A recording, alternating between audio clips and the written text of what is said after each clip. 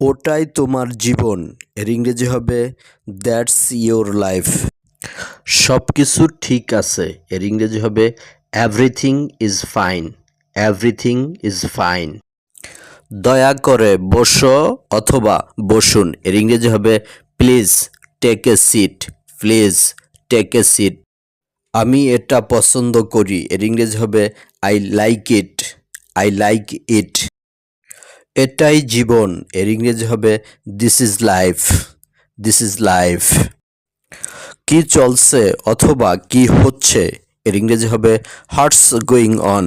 What's going on. আমি পথে আছি, এর ইংরেজি হবে I am one the way.